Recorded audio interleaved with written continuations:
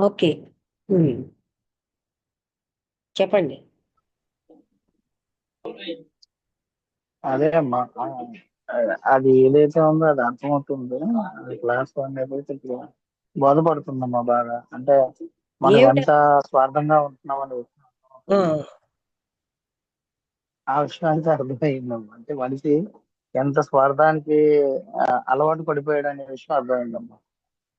అదీను అహంకారమే మనని పడేస్తుంది. ఏదో ఆ మూలన ఏదో అహంకారం వల్లే మనం అహంకారం పతనం అవుతాం. విపరీతమైన అవునమ్మా. మనకు తెలియకుండా అహంకారాలు బోల్డ్ అహంకారంతో ఉంటాయి. పతనం అవుతుంది.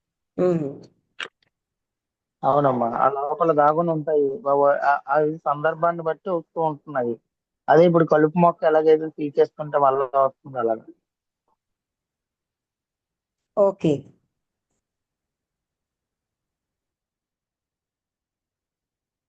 ఇంకేం నాయుడు గారు మీరేమైనా బాగుందమ్మా మాట్లాడుతూ. చాలా. అదే అంటే ఆ మనకి ఎన్ని రకాలైనవి కూడా మన అహంకారాన్ని పెంచే వైపే వెళ్ళిపోతున్నాయి.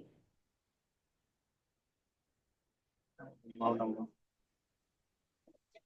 మనం చేసే సాధనలు ఇవన్నీ అహంకారం పోగొట్టుకోవడానికి కాకుండా పెంచుకుంటుంది.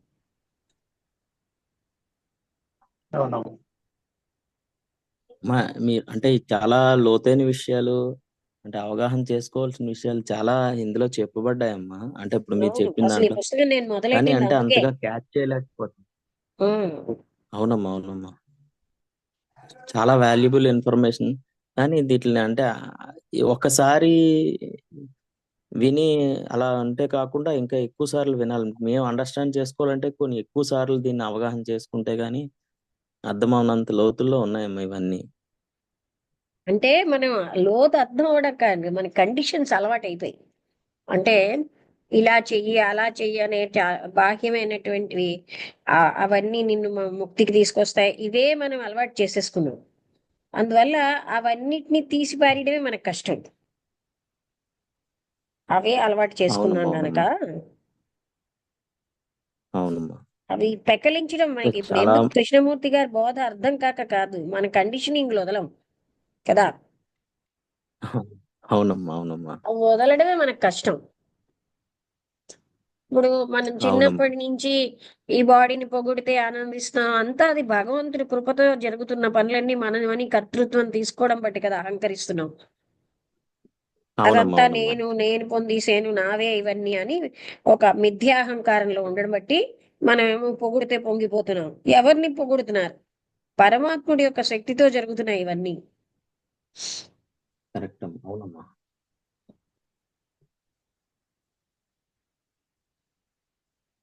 చెప్పండి, ఇంకా ఏమైనా మా చెప్తారా అదృష్టం నాయుడు అమ్మా. గారు? అదే లేదు, ఇందులో ఇలాంటి వాల్యుబుల్ విషయాలన్నీ మాకు అవగాహన అవుతున్నాయి. ఉమ్, అంటే నిరంతరము ఇవన్నీ అలా రిపీటెడ్ గా వింటూ ఉండడం ద్వారాగా ఇవి ఆ టైంకి స్ఫురణకు వస్తున్నాయేమో తెలియకుండానే. ఎవరితోనైనా ఒకవేళ మాట్లాడే విషయంగా కానీ ఏదైనా చర్చించినా వెంటనే అది అలా అలా జాగృతం అవుతుందమ్మా.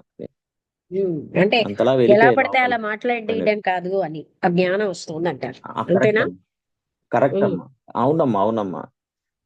ఏదైతే కరెక్టో అది బయటకు వస్తుందమ్మా. అది అవేర్ గా వస్తుంది ఆ వర్డ్ అన్నదే.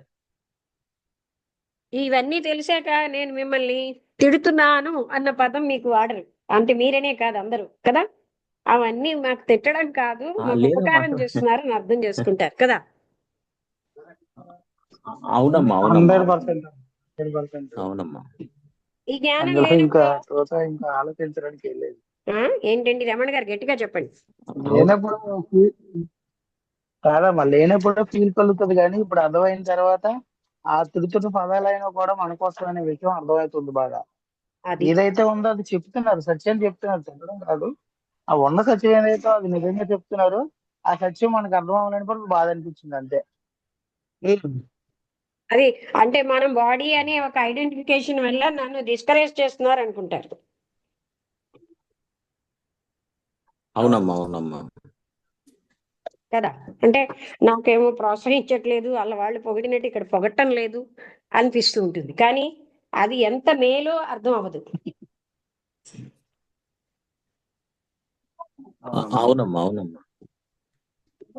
ఇప్పుడు ఇలా చెప్పకపోవడం వల్ల అక్కడ మార్పు జరగదు, మార్చుకోవాల్సింది లేకుండా ఈ పొగడ్త అనేది తీసుకుంటూ రాంగ్ రైట్ గా వెళ్ళిపోతున్నాం. పాతుకుపోతుంది, అది పాతుకుపోయి నేనేదో చాలా గొప్ప అన్న భావాన్ని మనం పెంచుకుంటూ ఉంటాం.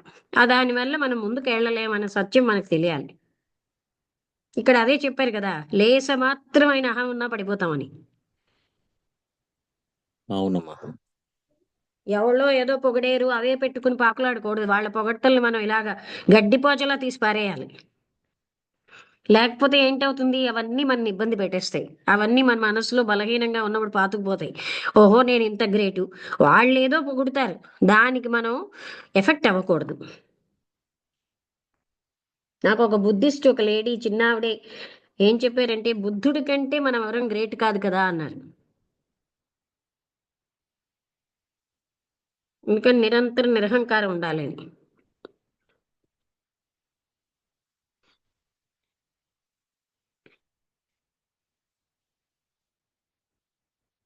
ఓకే అయితేను, ఇంకేమైనా మాట్లాడతారు ఎవరైనా? ఈశ్వరరావు గారు, అనుపమ గారు. ఏం లేదు మేడం. నేను ఈ మధ్య మా అప్పుడప్పుడే వస్తున్నాను. అదే చెప్పానుగా, పాప వాళ్ళు వచ్చి హడావిడి తిరగడాలు తిరుపతి వెళ్ళొచ్చాం. ఇవాళ కుంభమేళాకి వెళ్ళారు మా వాళ్ళు. మీరు వెళ్ళారా? నేను వెళ్ళలేదండి, మా అమ్మాయి అల్లుడే వెళ్ళారు. Very good. అక్కడికి వెళ్ళి శరీరాన్ని కష్టపెట్టుకున్న కంటే ఇది బెటర్.